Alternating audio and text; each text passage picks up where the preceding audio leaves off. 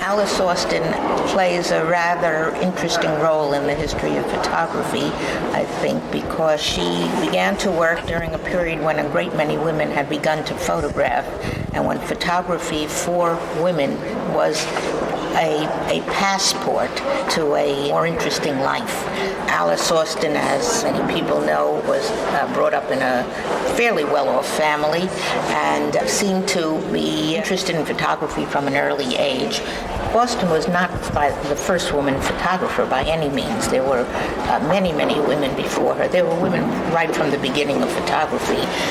For Austen, I think it was especially necessary to have something since she did not marry and had no family duties, so to speak.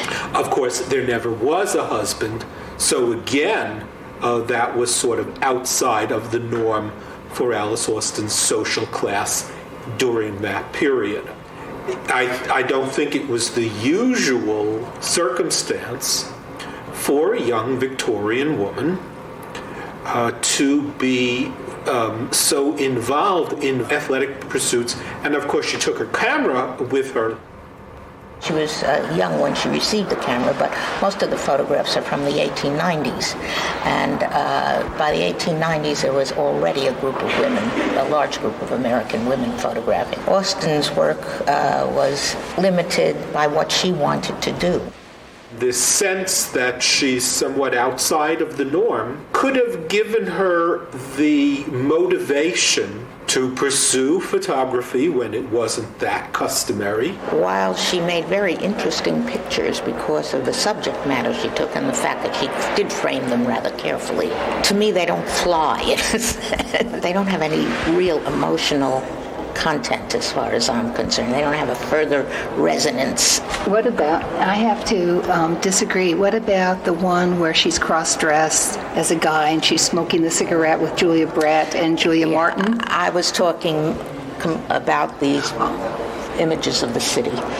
The best of her work is so clear and so crisp and so focused. To me, it gives the appearance of spontaneity, even though we know that she posed things.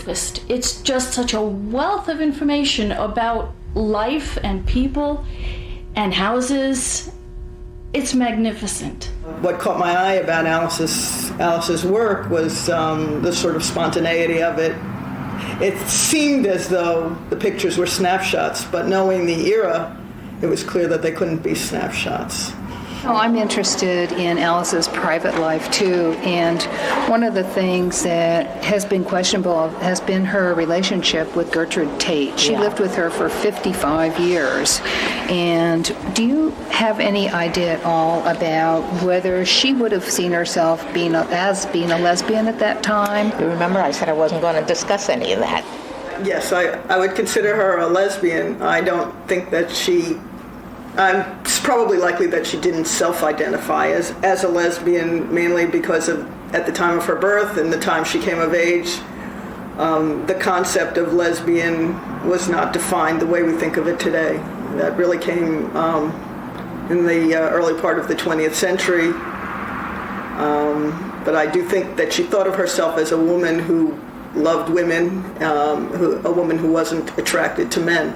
It's staggering to me when I look at the history of literature and art since the Enlightenment, how many, homosexuals, both male and female, have been dominant figures in the creative tradition. And so part of my goal was to illuminate, in particular, the lesbian contributions to that cultural world that we all inhabit, regardless of our sexuality. Lesbians have contributed to cultural life way beyond the statistical proportion.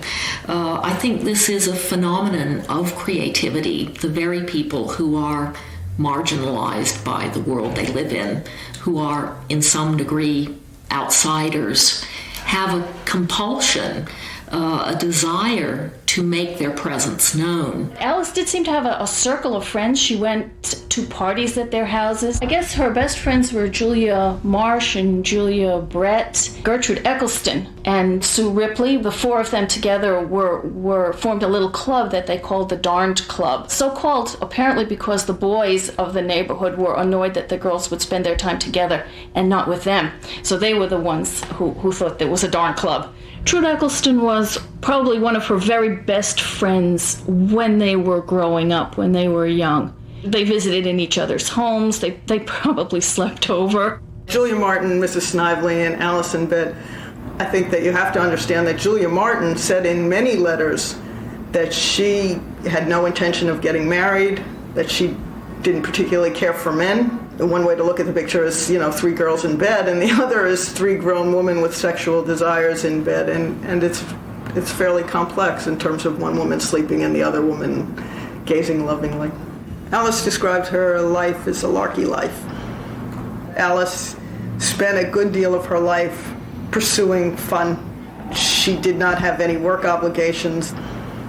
Most of her life she was financially secure. Smoking was forbidden for ladies at that time, and being seen in your underwear and with your hair down, this was very, very, very scandalous. The performance work in Alice's photographs are the most interesting in terms of diary and learning about Alice's life and the life of her society. Then there are other pictures where there are costumes involved. In many of those pictures, this is where she used the opportunity to blur gender roles and to comment on society's regulations, for example, concerning marriage, concerning heterosexuality. Costume it is. What'd you find? Here they are. I found them. I found their number. It's a good thing you said costume. But the funny thing is the index cards say women in costume. And we've been looking at them and saying, from the Xerox, saying men in costume. So I'm not convinced whether it's two men or two women. when I looked at them, I always interpreted it as two men dressed up. And then when we were looking at them yesterday, I wasn't absolutely sure. It could be a man and a woman, but it's impossible to tell. It's obvious that Alice's, if her intent was to confuse or puzzle or intrigue people, it obviously worked. Lloyd Hyde and Arvid Knudsen, they're always mentioned together as if they were a couple. It took another researcher who was in here saying, that's pretty blatant, for me to look and say, oh my goodness. Maybe I made a point of them. Costumes were important to Alice because clothing is a language. It was a way that she could transform herself, and she could recreate herself and her friends in different ways, so that you have a costume of her dressed as a man, you have her dressed as a nun. You also have pictures of Alice dressed in very feminine clothes. And again, this is a costume. She could create herself as sort of severe, which she was in most of her pictures, or she could make herself into a typical middle-class woman of the late 19th century. Nun photograph is a fairly complex performance piece. So you have Alice and Trudy Eccleston dressed as nuns, and they've created their costumes from Pear soap packaging. And it's a sort of commentary on what's acceptable and what's not, and what goes on in public that's can be seen and what goes on in public that's ignored. One photograph in particular of Nellie Jameson with the Roosevelt sisters. It's just the way Nellie Jameson has placed her hand on one of the Roosevelt sisters' laps in sort of a proprietary or a loving gesture. There are a number of photographs that can easily be interpreted with a lesbian content. There are several photographs of Alice and friends dressed in men's costume. I think it's a very complex photograph. It addresses the issue of the dominance of men in society. There's a joke in the photograph. One of the women is holding an umbrella between her legs, and it looks like a phallus. And to me, that was sort of surprising. It was one of the first photographs I saw that these women had this kind of raunchy sense of humor. And it also addressed how these three women felt about gender boundaries in general and their own gender specifically. There were so many women involved in these worlds, and the more one works kind of archaeologically to sift through the biographical evidence, the more you discover these social networks that existed between lesbians, between gay men and lesbians. Alice used to have a routine. Every summer she would go up to a resort in the Catskills called Twilight Rest. Her friend Trudy Eccleston's family had a cottage at Twilight Rest. Alice would join them every August. And one August, Gertrude Tate was also there, and that would be 1897. And they became friendly. The papers at the Alice Austen house, there are 2 or 3 letters from Gertrude Tate in 1898 talking about how happy she was to have met Alice and how she was looking forward to seeing her again. Gertrude at the time was living in Brooklyn with her mother and her 2 sisters. Her mother, and especially her older sister, became very concerned about the relationship, feeling that if Gertrude spent all this time with Alice, that she would never get married. And at one point, according to one story, Gertrude was engaged to a man named Guy Loomis, and Guy Loomis started pressing her. When can we get married? When can we get married? I'd like to set a date. And she said, turned to him and she said, I'm not going to marry you. I'm going abroad with Alice. The stereotype, again, the caricature of the lesbian, has, I think, in some ways been very much a kind of desexualized one. It seems to me that there's as much evidence to suggest that these kinds of relationships were, in fact, very self-consciously eroticized relationships. There's as much evidence to suggest that as to suggest they weren't. There's a photograph taken before 1920 at a costume party at Jesse Simmons' house. In this photograph, Alice was over here at the left-hand edge, and in this particular copy of the Staten Island Advance, she is cut out of the picture. Alice herself is in a beret with a goatee and jodhpurs. A goatee and I believe she's wearing knickers. A large number of people attending the party, all women by the way, are dressed in men's clothing, sailor costumes and riding outfits. This is Jessie McNamee Simmons, who had a long-term relationship with a woman after her divorce. Simmons and Alice Austen were very close friends in later life. I don't quite know what that headline means. I mean, you could have 3 million photographs of women and not have a single lesbian in them, although actually 10% should be. I think lesbians are a very potent threat to life as it has traditionally or conventionally been lived. I think particularly the lesbian represents a powerfully destabilizing figure in the modern imagination, because her rebellion is so deep and so intimate. Alice Austen was rather butch. She had several automobiles, which she drove herself at a time when not very many women knew how to drive. She had a green Franklin, which I believe was a handmade automobile, and we're talking about probably one of the first automobiles on Staten Island, somewhere around 1911 or 1912. And she carried around a canvas bag with tools in it, and she would make minor repairs on the automobile herself. As much as I like Alice, I have to admit that Alice was a woman of her times, that she was a racist and an anti-Semite. I'm certainly not going to make an excuse for Alice, because I don't think there is an excuse for racism or anti-Semitism, but she clearly was a woman who was definitely ethnocentric and xenophobic. Today, she would definitely be in the upper middle class or the upper class. But in that era, because her grandfather worked for a living, they were automatically put in the middle class. I don't think she's a heroine. People that knew her knew, particularly towards the end of her life, that she was a pretty nasty, unpleasant woman. She's an interesting bundle of contradictions, and it's wonderful that the work and the memory of her life has survived. What's interesting to me is the level of the reaction to the idea that Alice was a lesbian.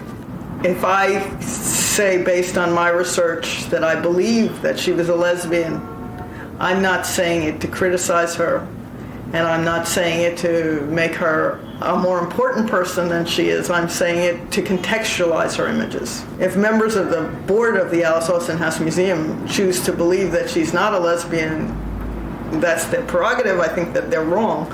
They've gone beyond saying that we just don't believe what you're saying, and they've distorted the image of Alice.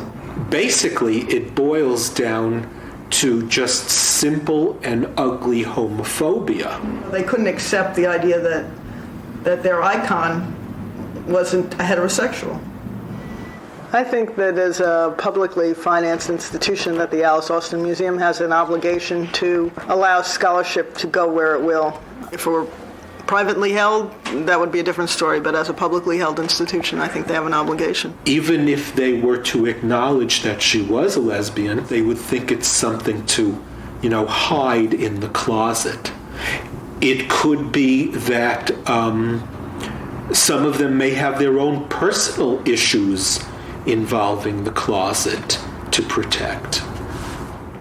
Well, the Lesbian Avengers are a lesbian direct action group, basically interested in being on the streets and being out as lesbians. We're about, lesbian visibility and survival. Amy came to the Avengers. She told us that she was writing this book on Alice Austen, but the Board of Trustees wouldn't give her access to any of the material because she believed Alice Austen was a lesbian. Ho, ho, homosexual. Alice and Gertrude were lesbians, and we are as well. Ho, ho, homosexual. Alice and Gertrude were lesbians, as we are as well.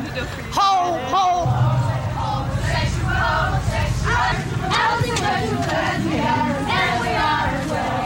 So we die, succumb today, 'cause it's obvious that she was gay. Don't lie about her anymore. It's time to open up the closet door.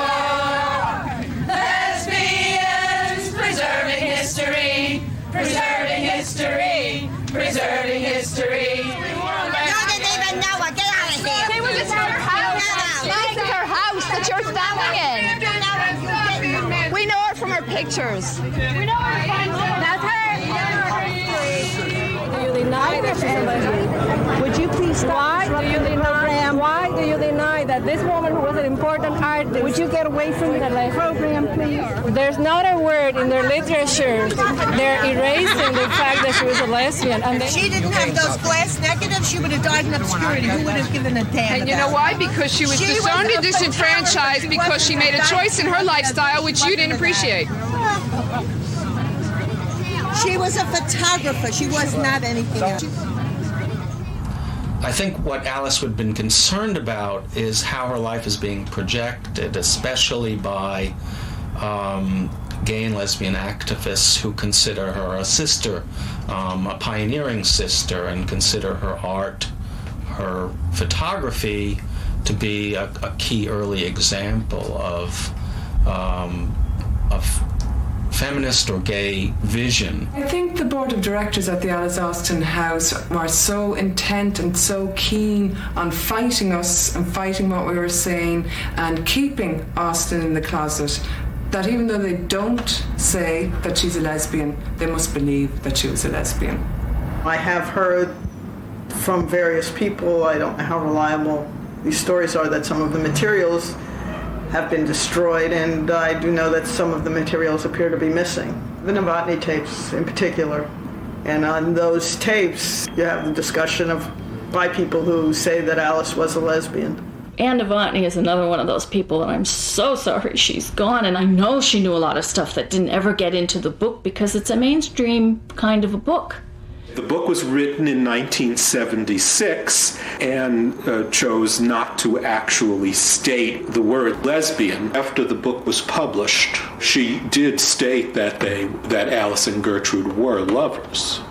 She did interview Gertrude Tate's sister, and Gertrude Tate's nephew and his wife, and they all made it very clear that there was a lesbian relationship between Alice Austen and Gertrude Tate, a loving and long-lasting relationship. We've come to take revenge, lesbians like to avenge, by the seaside, by the beautiful sea. Lesbian history should be no mystery, by the seaside, by the beautiful sea.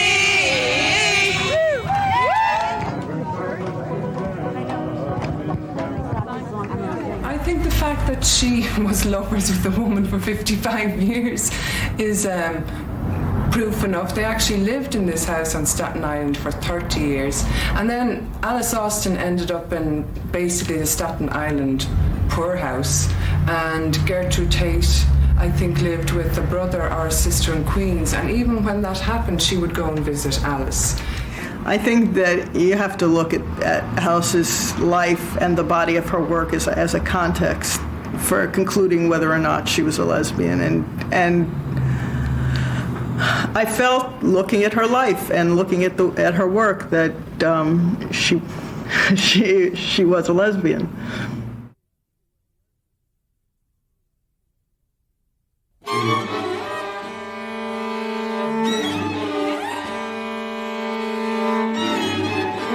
I did many things today. I have just researched a lesbian relationship from 1927 and 1916.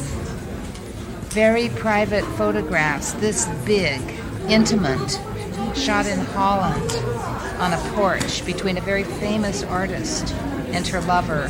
And of course the family, the one living member of the family, denies it. The family never cared about her art, and when she became famous, they all knocked at her door and they wanted to participate. You could say that lesbians have been ghosted by Western culture, meaning by that their existence has been denied. People say, oh, they don't really exist. I think what's so useful about the ghost as metaphor is the paradoxical way that it suggests absence and presence simultaneously. It's a kind of force, an entity that can return. At the same time, there's always been a creeping sense that maybe she's there after all. A lot of very important women in the 20th century have had parts of their lives written out of their biographies. I believe lesbians have been ghosted through the sanitizing of women's biographies. This is something that has gone on for a long time, the erasure of intimate relationships in women's lives. Hannah Höch was an artist who's best known for her photo montages of the 20s. She came onto the art scene as part of Berlin Dada, the only woman in Berlin Dada. That's when she was in her early 20s. She was very prolific throughout her life. She did photo montages, paintings, watercolors, prints, pattern designs. She did not show during the Nazi years, but up until then and afterwards, she was very persistent in her career and her survival as an artist, and in fact enjoyed the beginning of her revival was in the 70s when she was still alive with a big show at the Musée National d'Art Moderne in Paris. So she was able to enjoy part of that attention, and at this point she's really something of a cult figure in Germany and to some degree here.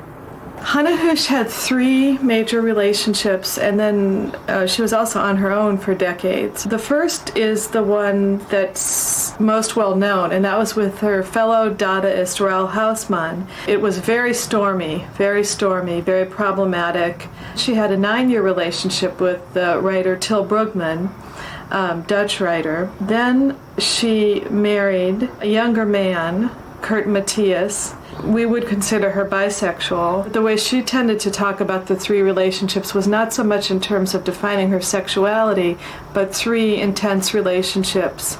Höch for a long time was known as Raoul Hausmann's girlfriend from Berlin Dada.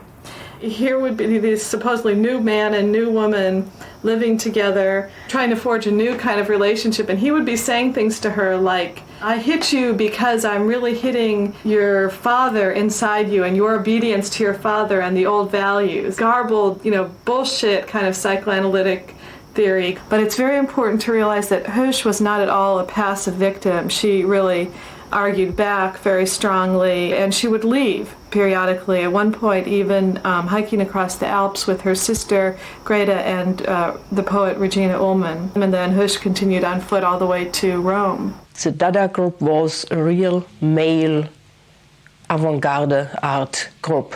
John Hartfield wasn't interesting that Hannah Höch comes in the first Dada exposition with her work. I think the work of Hannah Höch was for him too playful, too smart. Her lover, Raoul Hausmann, explains that she can participate in this exposition, in the first exposition. Hannah Höch and Til Brugman met in the summer of 1926 in Holland, in The Hague, where Hannah Höch came to visit Kurt Schwitters and his family, who were there for a vacation. Til Brugman was driven, she was enthusiastic, exuberant perhaps. She was a present woman, dominant also, you could say. She was fearless, she wasn't afraid of people, she was assertive. Well, she was concerned, but in the same time a little pushy. There is a very moving letter Hannah Höch wrote to her sister Grete. I am and will be very happy with Til. We will be a model of how two women can form a single, rich and balanced life. Each day I find out wonderful new things about Til that enrich me and allow me to see life in a new light. My dear Greteline, you are probably the only one who realized how thoroughly the chapter Man is finished for me. Now all the gates have been thrown open again, and I stroll happily out from myself. To be closely connected with another woman for me is something totally new, since it means being taken by the spirit of my own spirit, confronted by a very close relative. Brugman's letters to Höch are more physical, but they're on this sort of very romantic level, but also erotic, like I want to kiss you on your neck, and but not more detailed than that. The vocabulary that they use to describe themselves tends to be more about their spiritual closeness. Certainly after World War I, in many European countries, you had female couples, some of whom were considered by themselves and others to be romantic couples, some of whom weren't. In Holland, in The Hague nor elsewhere, there was not much of a lesbian subculture. Lesbian was not a public figure, so to speak, in the 20s. One could say that, in a way, made it easier for two women to live together and be together. I have no idea whether they were in the closet or not in Amsterdam. They lived together. They were certainly known as a couple. No, I don't think Til Brugman nor Hannah Höch was in the closet. I don't think you can speak of being in the closet and coming out or not coming out in those years. These are words that are used in the 70s and 80s. They were two women artists who took each other seriously and who worked together and inspired each other in the circle of friends, in the avant-garde. I'm sure everyone knew they were together. They were open about it. When they moved to Berlin, it of course was a complete different situation. There was this famous lesbian subculture with all those bars, journals and magazines for lesbians. There was a strong homosexual emancipation movement. The new woman was everywhere, whereas in Holland, well, she was hardly to be seen. Hannah Höch made a change of a dress card when they changed in 1929 from The Hague to Berlin. She depicted herself as a Dada puppet. all feminine, with bare breasts. Til Brugman was this tank, this masculine square woman.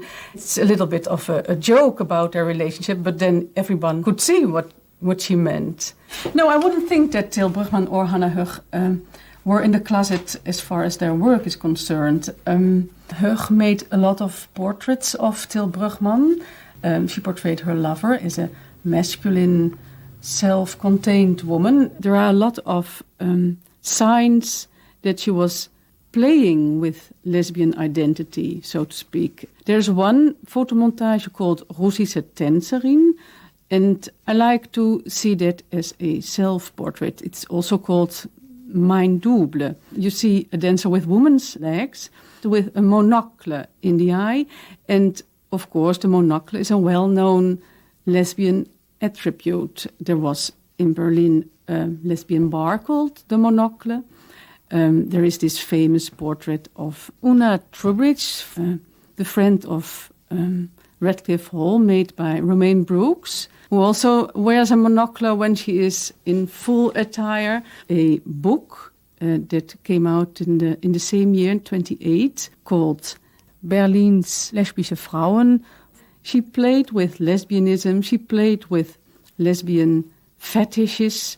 I wouldn't call it all being in the closet, just outside and making fun of it. Yeah, this work to me seems erotic. The hovering figure has these diaphanous wings, and that kind of sensation of one figure hovering over another with whirring wings, to me is connotative of oral sex. Höch made a lot of photomontagen that you can read as what we now would call gender-bending montages. And I would say that at least partly is a playful recreation of their relationship.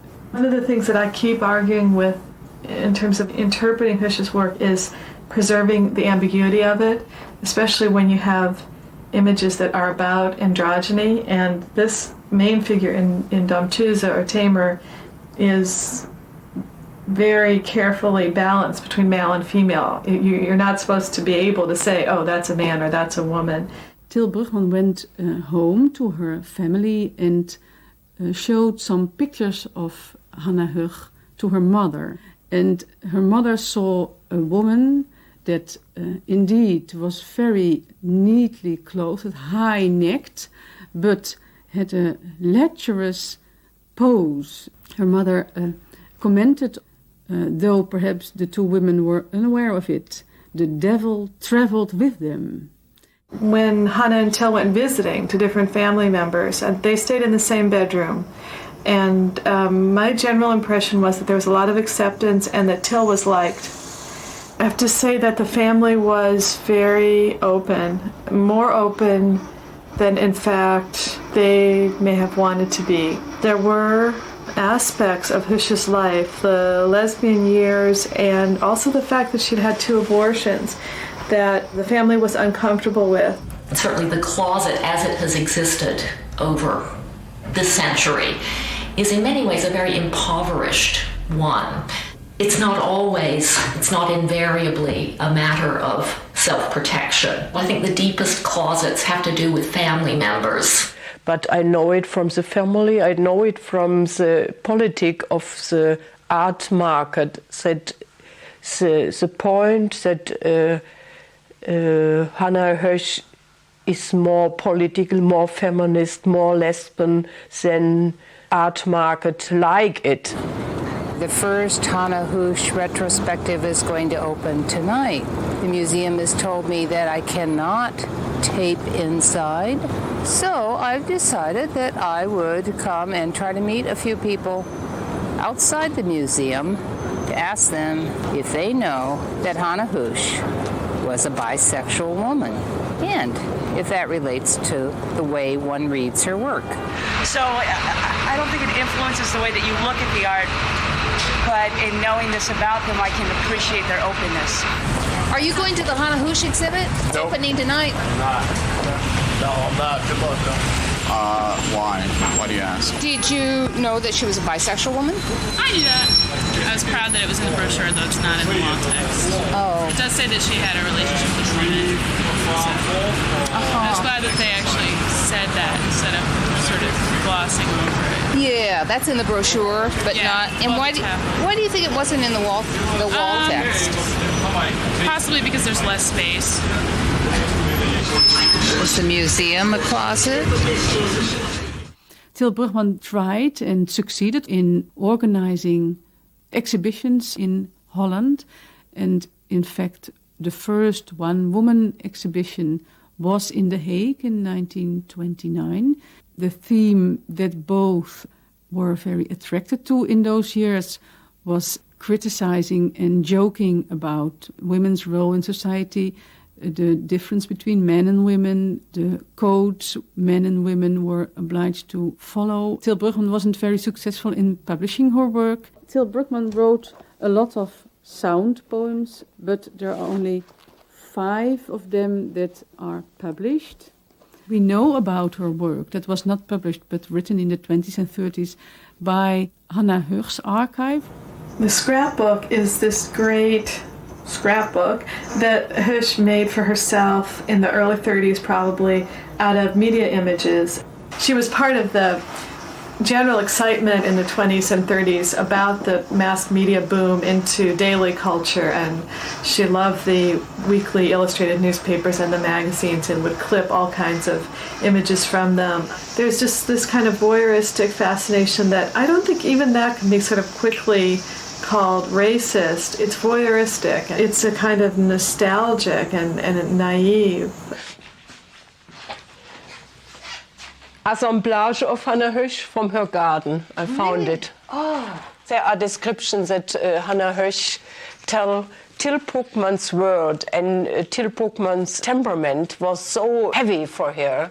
She had ideas that her own work was lost. I know it also from her sisters that Til was a wonderful person, but so strong with her temperament and strong with her ideas. The whole day she had new interventions. More and more Höch lost her own form. Her sister gave me a letter from Hannah Höch to her. This letter tells about a love from one woman to another. The time is not right now for women like we. It's writing in these letters. I want to quote from a letter Til Brugman wrote in 1936 when they were separated. And in this letter she reminds Höch of the beautiful time they had together. Don't we have that rare bond of perfect spiritual union? Is not our work a unity? Doesn't our feeling wind on the same spool? You often were grumpy looking through my manuscripts, but other people, and I have tried, don't understand a word of it. And apart from the correcting, my little Hannah, we did give each other something deeper. Mutual inspiration, excitement of mind, soul and body, didn't we? She, at the beginning of the Nazi years, she was living in a lesbian relationship. She was known to have been part of the 20s avant-garde, and for both those reasons, she needed to get away from the prying eyes of her neighbors. So later on, and when she was then married, she moved out to this cottage. She stayed there for decades, for the rest of her life. She had a very, very elaborate and fanciful garden. It was kind of wild. It had the sort of traditional German plants and also cacti, and she really had some fun there, and I think it was part of what kept her going, and she talked about it a lot in all the interviews with her in her later years.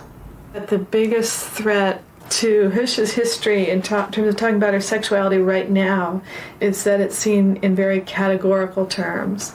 To keep a sense of somebody who had these very intense relationships with men and a woman and to find them, I think, as she went, is a delicate historical challenge.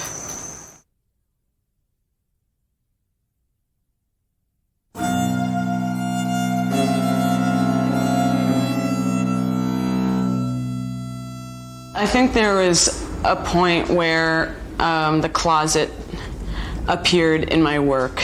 There was a lot of sex, and a lot of my sexuality was veiled unbeknownst to even myself. I didn't even realize it, but I look at a lot of my stuff that I did in college, and it's all figurative work, and there's a lot of fantasy. I used to paint wrestlers and lifeguards saving drowning victims, and it was usually like men or men saving women. It wasn't until more recently in my life that I started painting women together. That was somewhat of a revelation. Sounds very simple. It was a big step for me. In 1991, I opened a project space in my loft here called Trial Balloon that was dedicated to showing the work of women artists only, and with a special emphasis on lesbian art. Nicole Eisenman invited me into a show she was curating called Part Fantasy, which was about lesbian fantasy. Here she did a great big mural down one wall, split into two. One half featured Penelope in the Pit, which was Penelope Pitstop, and the other was some Amazons fighting Minotaurs. That was a theme she was working with at the time. There was this work that was totally not about the closet. I mean, it was just like right out there in your face. I mean, no shame, nothing. It wasn't dealing with that. It was just expressing this kind of confidence about being lesbian and having the right to just express that with the, whatever. I mean, either work about sexuality or work about just lifestyle stuff in a kind of fun way. And this was the catalogue with one of Nicole's pieces on the cover. This is Betty Gets It. It kind of sums up what Nicole was doing, taking sort of popular culture, the cartoons that she loved so much. She adores Hanna-Barbera, and she took these cartoons and then turned it into this sexual act. It's been really easy for me to be out of the closet, and actually being out of the closet has gotten me where, it's gotten my foot in the door in the art world. I mean, I came and started showing when Lesbian Chic was at its, that's what was happening in the early 90s. So I had a really big fear that was gonna, when the Lesbian Chic thing, when that wave sort of splashed and died down, that I would be left without a gallery who was interested in showing me. But I have faith in the art world now because I'm still being shown, and I don't think I'm being shown because I'm a lesbian like I was maybe when I first started. She is not only a great satirist, she's a great draftsman, and so the two together make the message very powerful. Trash's Dance is the first drawing I saw by Nicole. It's a lesbian bar scene, and I think that at the time, it was 91, I believe, 90 or 91, there was such a strong and very excited bar scene in New York. Trash is dancing, and she was a bar dancer, and there were these great go-go dancers. It was just a great scene. It was a time of liberation, I think, in a way that, say, the 70s were for gay men. I made drawings of big castration scenes, big figurative, full-blown scenes of women castrating men, and Amazons capturing pirates. Captured pirates on the Isle of Lesbos, where pirates have been captured by an island of women. Everybody's naked. The women are cutting the penises off. They're tying the men up. There's all kinds of castration and blood. And a lot of violence towards men.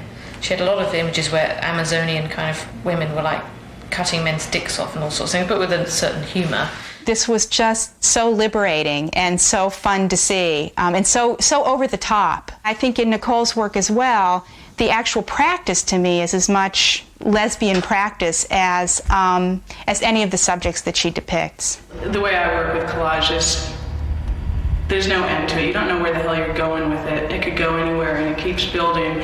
And you can often and you could repiece it together. Trying to put this more simply, basically I don't know what the hell I'm doing. I think that sort of sums it up. There's no plan, you know? If there was only a plan, I mean, I do have a plan. I plan to like find a really cool girl that's gonna like love me and have my children and my family's gonna love. That's my plan. This idea of like not sort of knowing what is gonna happen next. I mean, you know, and I've been seeing this really clearly in the last month or so while my brother has recently gotten married and my other brother seems like he's right on the verge of it, and there's this definite path that they're taking, and it sort of just really hit home just how like free-floating this sort of lesbian thing is. Nikki moved to New York in the late 80s. There's already a community of lesbians in the East Village who are culturally active.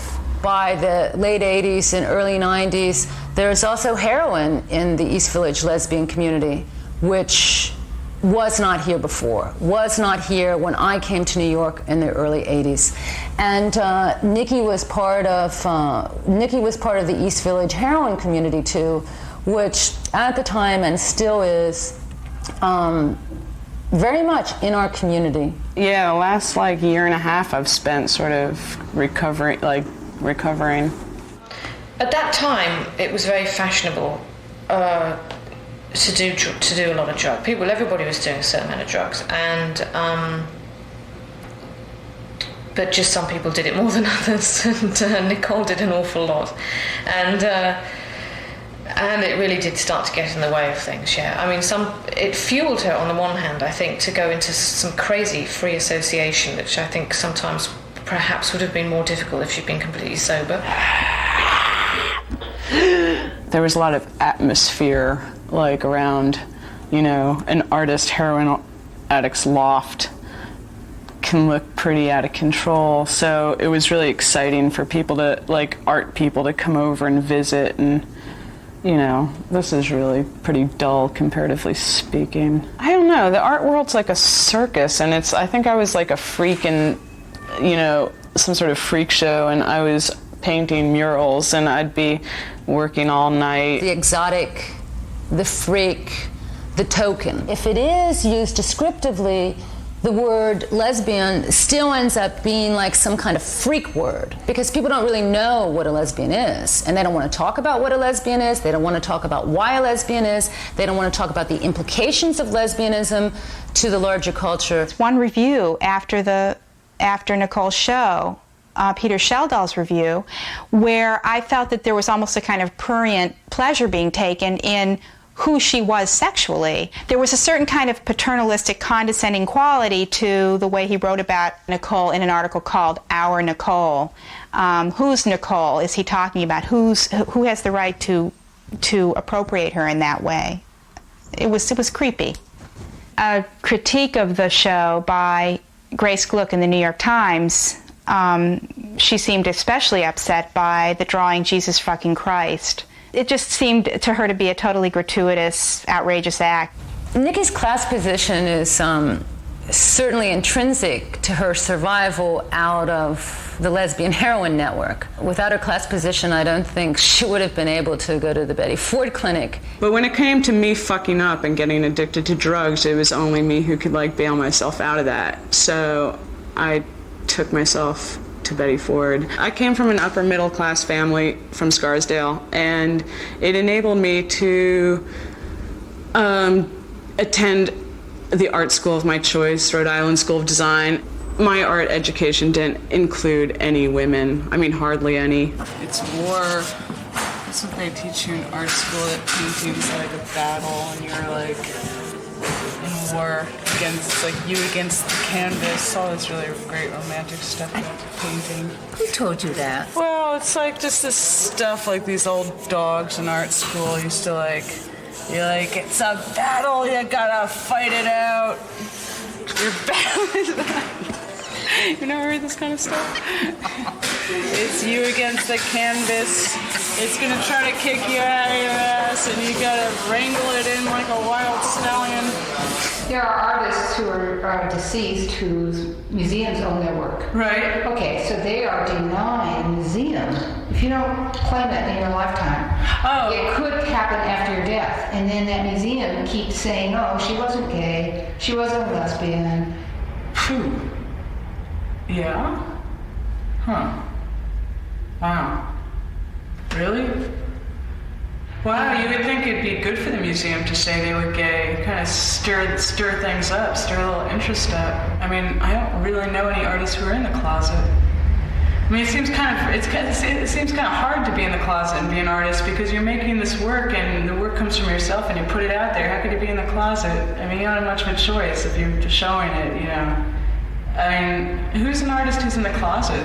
I mean, that's not something I've come up with in my career that I'm like, you know, getting lower prices because I'm a gay woman. I mean, nobody's gonna ever try to say I was straight. The 70s really paved the way for an artist like Nicole Eisenman. Yeah, I'm discovering now that lesbians were out there doing like some, you know, like some of the smartest, funniest work that I've seen ever. And I just didn't know about it. I didn't know they paved the way for me. And in fact, it's really funny to like do a project and see that some chick did it, you know, 15 years ago. It's 20 years ago or whatever. It's like, wow, God, I'm not that original, am I? Or, you know, I don't know. Very funny. Happens all the time.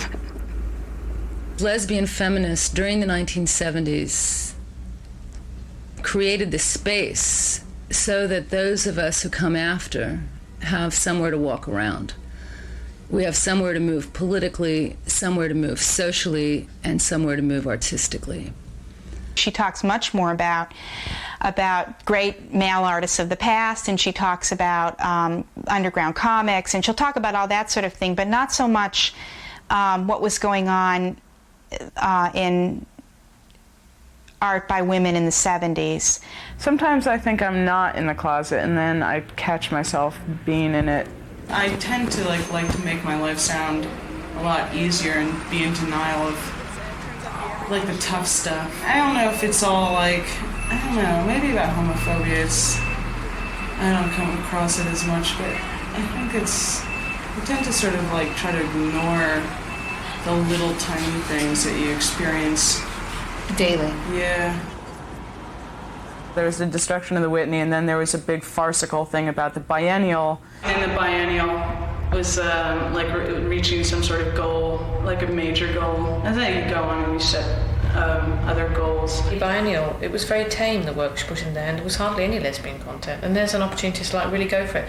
Yeah, there's not a huge amount of lesbian work in that show. I may have been scared to like really do that. I made a decision to put the self-portraits in, and that, you know, again, this is when I was maybe slightly in the closet. I don't think Nicole Eisenman has ever disguised one tiny bit her sexuality. I don't know how she would respond to that. In her work, I don't think she has ever disguised her lesbian sexuality. She's not really that sexy, this one, is she? Who is she to you? Who is she? Yeah. She's the reverent sex slave who bows down at your feet. Drawing is the kind of thing, it's like your handwriting. It's like, yeah, you could learn how to do it better, but I hate to say this, but I think you either have it or you don't. It's like, yep, I'm a big asshole, that's right. And this giant lady with the big ass is my sex slave. All right. I don't know that the word lesbian pigeonholes an artist necessarily, but I, for one, don't want to see the totality of an artist's work focused on one particular issue. Pigeonholing of any sort is a bit tricky because, you know, as an artist, you want to feel that you've got as much room as you want to like maneuver. You don't want to feel like trapped into any particular kind of category.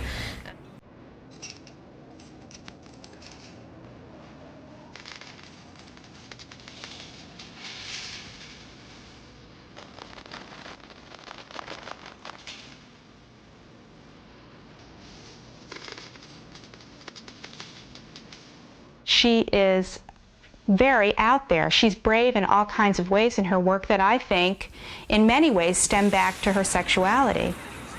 You don't hide anything.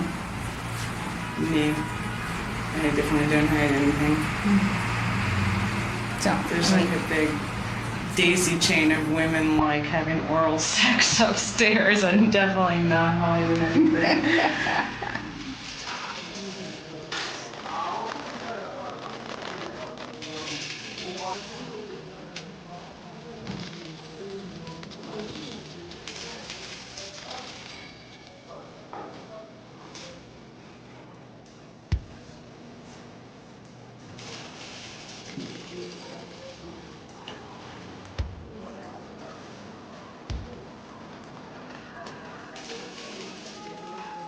You're making work for lesbians.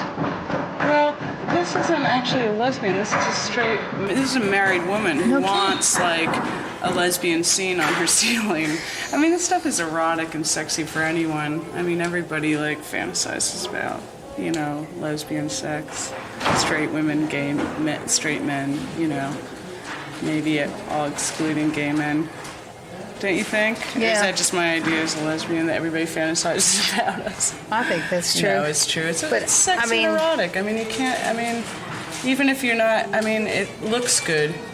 Maybe even if you're not having the fantasies, it makes for gorgeous subject matter. Always has. Always will.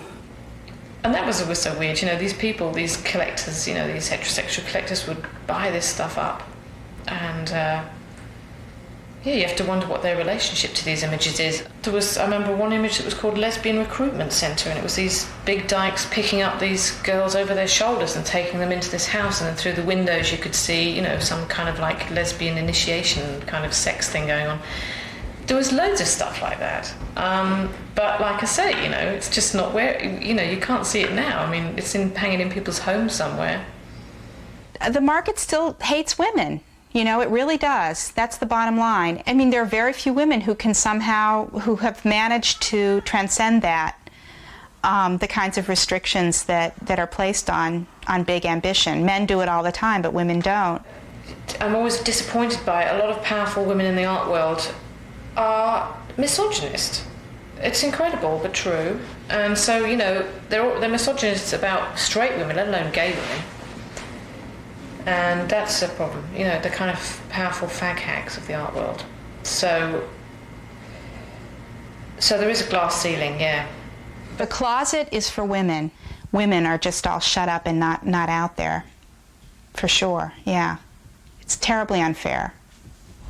If by closet you mean rendered secret, made hidden, forced into isolation and seclusion and denied expression, absolutely. Absolutely. All right, here, this is my favorite part. You get that kiss? Yeah. It's the kiss to end all kisses. That's a very sexy kiss.